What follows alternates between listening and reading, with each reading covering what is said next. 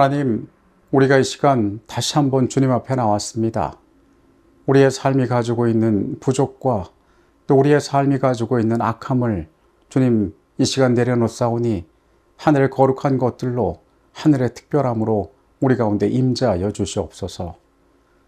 주께서 삶에 베푸신 놀라운 구원을 붙잡고 그 구원에 합당한 생애를 살아가길 원하오니 하나님, 우리의 심령의 역사하심으로 아버지의 거룩한 말씀이 우리에게 교훈하는 모든 것들을 순종하며 받게 하여 주시옵소서.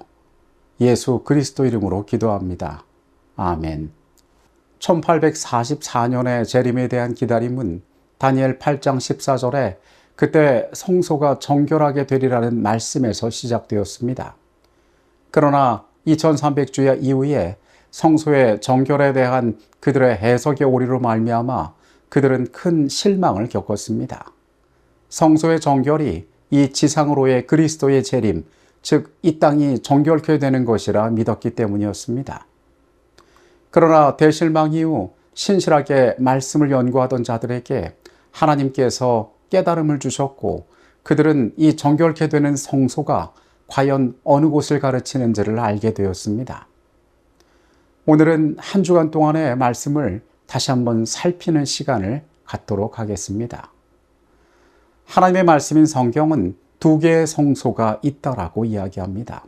하나는 지상에 있던 모세를 통하여 주셨던 그 성소이고 다른 하나는 하늘에 있는 성소가 있다라고 이야기합니다.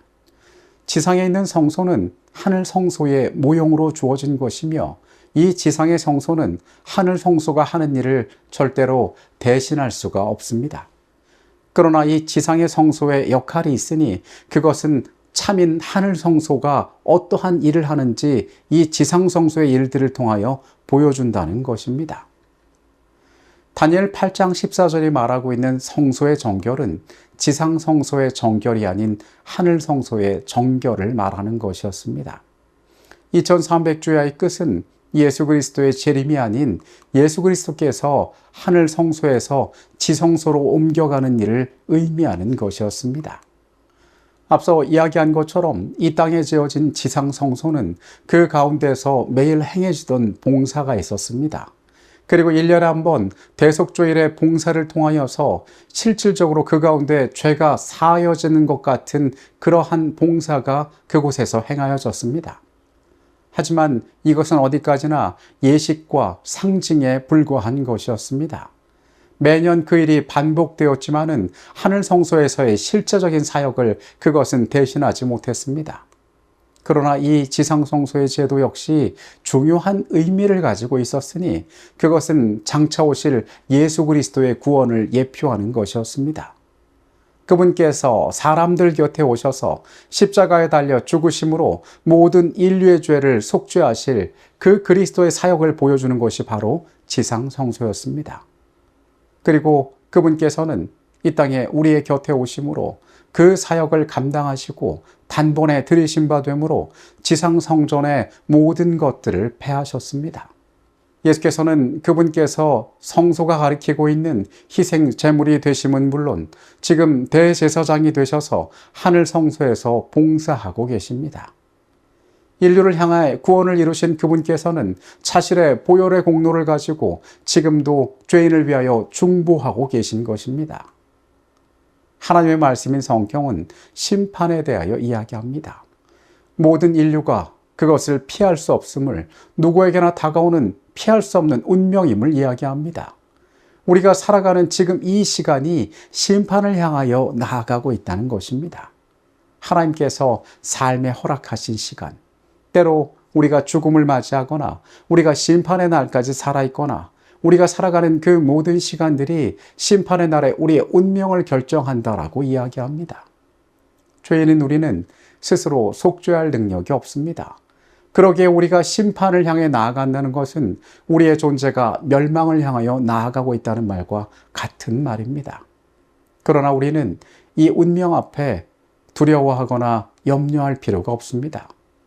왜냐하면 예수께서 우리를 위하여 죽으심으로 그 심판을 견딜 수 있는 하늘로 향하는 길을 내셨기 때문에 그렇습니다.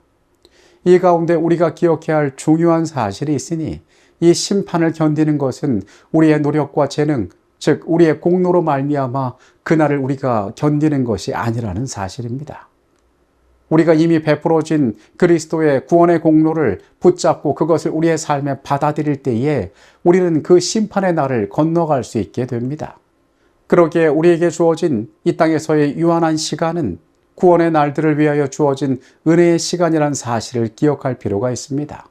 이 시간 동안 스스로 무언가를 이루려는 노력이 필요한 것이 아니라 그리스도의 은혜를 붙잡는 일이 모든 사람에게 필요한 일임을 또한 깨달아야 합니다. 그리스도의 보혈의 공로를 받아들이고 그분의 중보로 말미암아 휘장 가운데로 나아가는 자들은 이전과는 다른 삶을 살게 될 것입니다. 그리스도 아래 살아가는 자들의 생애는 구원받은 감격 가운데 그리스도를 닮은 삶을 살아가게 됩니다. 이 땅의 사람들은 피었다 지는 꽃처럼 유한하고 무지한 가운데 소망 없는 생애를 살아가고 있지만은 복음을 아는 우리는, 그리스도의 구원을 아는 우리는, 그분께서 우리를 위하여 어떠한 일을 하시는지를 아는 우리는 다른 삶을 살아갈 수 있게 된다는 것입니다. 구속의 모든 과정은 하나님과의 관계의 회복을 위한 여정임을 기억해야 합니다. 처음 성소를 지으실 때 하나님께서는 내가 너희 중에 거할 성소를 너희를 시켜 나를 위하여 짓게 하겠다라고 말씀하셨습니다. 하나님의 임재는 백성들 가운데 있었지만 인류의 죄로 말미암아 그분께서는 휘장으로 가려진 지성소 가운데 임재하셨습니다. 하나님께서는 처음 인류의 조상이 그분과 에덴에서 교통하였던 것처럼 그분의 백성들과 그렇게 함께하기를 소원하셨습니다. 히브리서는 우리 구주께서, 우리의 대제사장께서 휘장 가운데로 길을 내셨다라고 이야기합니다. 그곳에는 법궤가, 하나님의 율법이, 그분의 임재가 머무는 곳입니다. 우리가 그리스도의 공로를 받아들이고 죄로부터 깨끗한 이후에 우리는 그 관계의 회복, 죄인이 하나님과 다시 교통할 수 있는 그 아름다운 특권을 다시금 그리스도를 통하여 얻게 될 수가 있는 것입니다. 예수께서는 그들의 죄에 대해 변명하지 않으신다.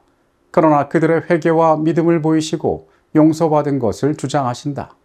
그분은 당신의 상한 손을 하나님과 천사들 앞에 드시고 내가 저희 이름을 압니다. 내 손바닥에 저희 이름을 새겼습니다. 하나님의 구하시는 제사는 상한 심령이라. 하나님이여 상하고 통회하는 마음을 주께서 멸시치 아니하시리이다. 그리고 당신의 백성을 고소하는 자를 향하여 사탄아 여호와가 너를 책망하노라. 예루살렘을 택한 여호와가 너를 책망하노라 말씀하신다. 그리스도께서는 우리가 죄인임을 아십니다. 그러나 그분께서 우리를 위하여 흘리신 피로 그분께서는 우리의 구원을 위하여 일하고 계십니다.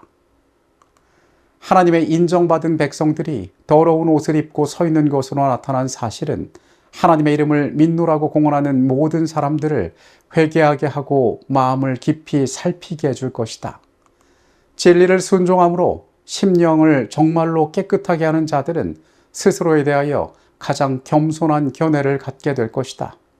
그들이 흠없는 그리스도의 품성을 세밀하게 보면 볼수록 그분의 형상을 담고자 하는 그들의 욕망은 더욱 강해질 것이며 또한 자신에게는 순결과 거룩함을 더욱 적게 보게 될 것이다.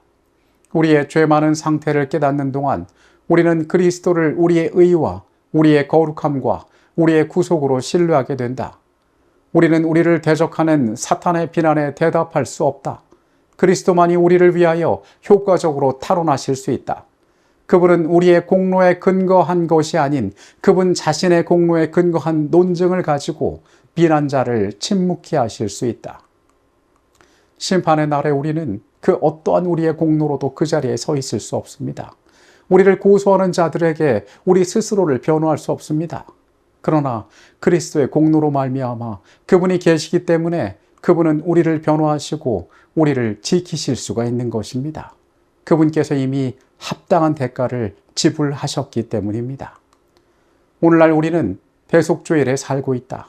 표상적 의미에서 대제사장이 이스라엘 백성을 위하여 속죄의 봉사를 하는 동안 모든 사람은 다 하나님 앞에 죄를 회개하고 겸손한 태도로서 그들의 심령을 괴롭게 해야 했다.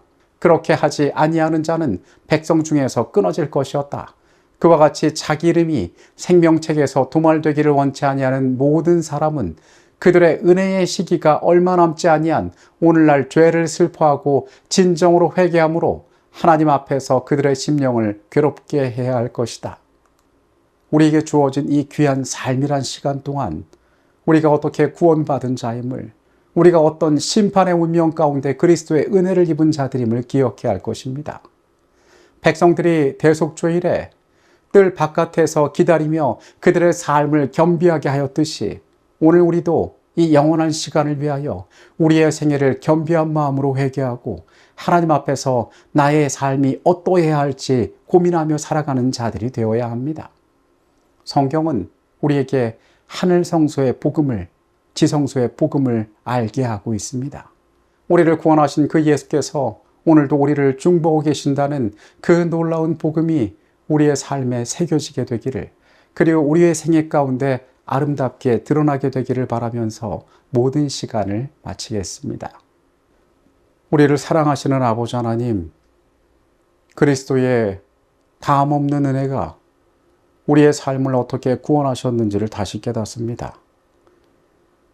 대제사장이 되셔서 휘장 가운데 길을 내신 그분의 중보가 오늘 우리를 어떻게 하나님과 대면하여 만날 수 있는 은혜로 이끄는지 또한 깨닫게 됩니다.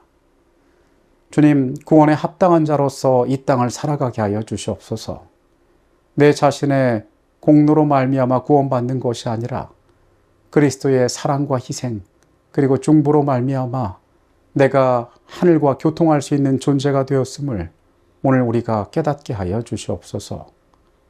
아버지 하나님, 우리의 이 땅에서의 삶이 매 순간 위험과 시험에 놓인 것을 아십니다.